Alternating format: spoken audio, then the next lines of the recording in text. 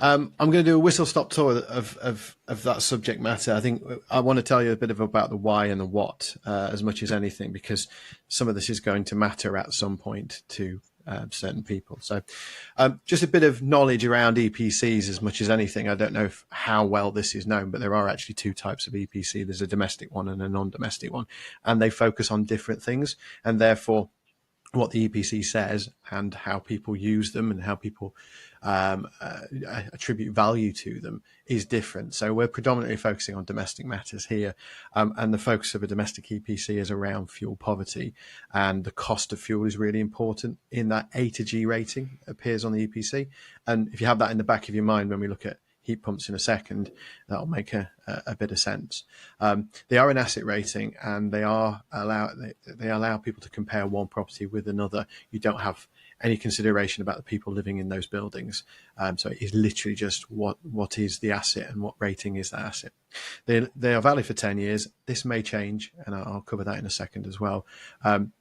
And also, it's important not to rely on older information that may be out of date. I think that's a really important message to take away, is that the EPC is only as accurate as at the time of the survey, and things may have changed, and therefore the picture and what is being advised to the homeowner may change as well, or the prospective homeowner, should I say. And there is quite a lot of change coming in our industry. So we've got an EPC reform consultation, which is due very soon. That could be just before summer. We're hoping to see it this year at the very least. And there's a load of things wrapped up in there about how we're going to change the EPC and make it more effective for its future uses. We've also got a new methodology coming this year, which is about how does the EPC get put together, what goes into the calculation. It is going to be more accurate. It is going to take longer to produce, and there's going to be some impact on cost around how those EPCs are produced. So I expect them to be more costly in the future. We're expecting to see that sometime this year around summertime, and we'll be able to get a date out when we know it. Further on from that, we've got a brand new model coming into the market called the home energy model. It's under consultation at the moment, and that really will change the game and move us towards more accurate modelling and a better understanding of how buildings perform, so that we can make some really, really good decisions on buildings. But as it is, we're in a sort of a transition phase at the moment. Just remember, change is coming. Why is all this happening? Because we're moving towards our legally binding target for being net zero by 2050, and that means decarbonisation and a move away from fossil fuels. So if you've got a gas burning boiler in your property, at some point between now and 2050, so quite a long period of time, we're going to see a shift away from those boilers to renewable heating systems of some kind, decarbonised heating. So it is a transition. It is moving towards electric. There's different ways of using electric to heat our homes, heat pumps being a primary one, but there are others. And also that also impacts on how we transport ourselves around the country. Our cars are moving towards electric vehicles. Again, there are other technologies out there. So it's all sort of swirling around at the moment. We are in this period of transition. In amongst that is the EPC, which helps us identify to a prospective homeowner what could be done to improve the building in terms of energy efficiency. And these recommendations appear on the EPC sort of halfway through. They manifest themselves when the recommendation saves somebody some money, and it creates an improvement to the EPC rating. Some of the measures, like a heat pump, don't necessarily do that. They actually reduce the amount of carbon emissions, which again is not a primary focus of a domestic EPC. So they may or may not appear. And at the moment, things like heat pumps don't appear, but that is changing. So again, another point of change, we're going to see different recommendations coming onto the EPC. So again, bear that one in mind.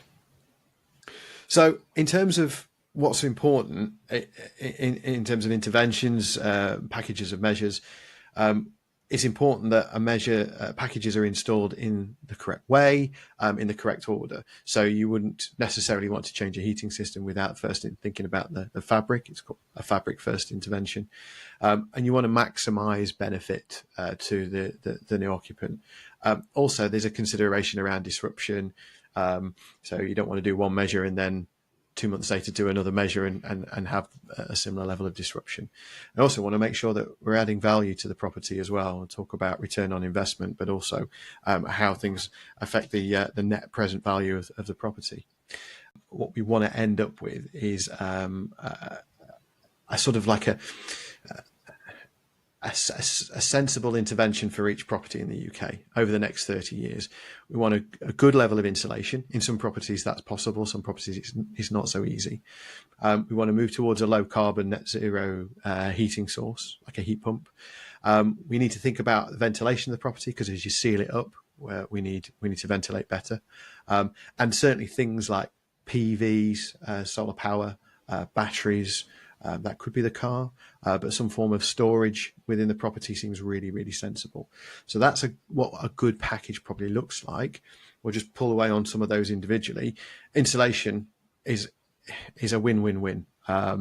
It saves money, it saves energy, it saves carbon. The problem is it's not always easy to justify on a return on investment point of view, because it's got a long payback period and it's quite expensive. But it should add to the asset value. Solar PV is really compelling. A lot of people don't understand it, so that's a big tick in the box. It saves money straight away.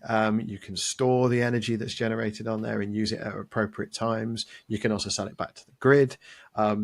It's there to be appreciated from the outside of the building, so people get it.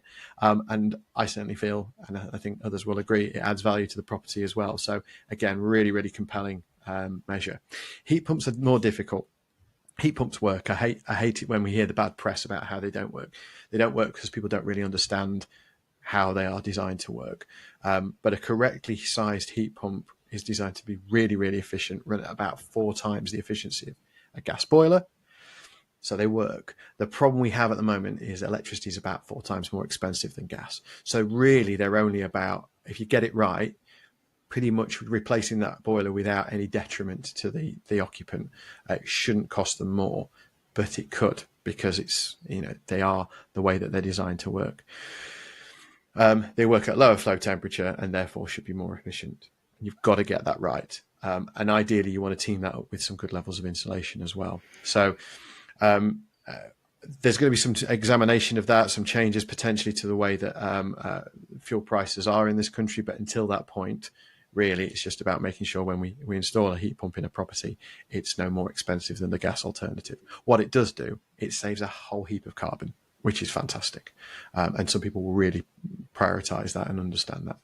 There are obviously some incentives out there at the moment to make the equation of cost of install work, and therefore there should be some appreciation that can add value to the property and probably won't cost as much as that value has been added to the property. EPCs are going to start recommending them soon. They're not a recommendation that you see on EPCs at the moment, but that is coming. So please bear that one in mind.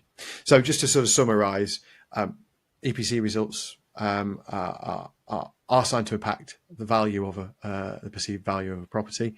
Buyers are starting to recognize that. They're starting to prioritize the EPC rating a little bit more. And there's more awareness, I think, because of the cost of fuel and the cost of energy crisis. And up-to-date EPC is really important because things change at a property. The EPC itself is going to change this year. So if you've got a 9-year-old EPC, and then we're going to selling a property in the next 6 months, it's probably worth getting an up-to-date EPC anyway because of that fact. And the new methodology will have some impact. We should get more accurate assessments. The survey is going to take more time, and we're going to see new recommendations, particularly heat pumps, appearing on the EPC. Make the most of your energy assessor. They are the experts. They're the ones who understand what goes into an EPC and what makes the big differences. And at a time of change, that's really, really useful. Thank you very much.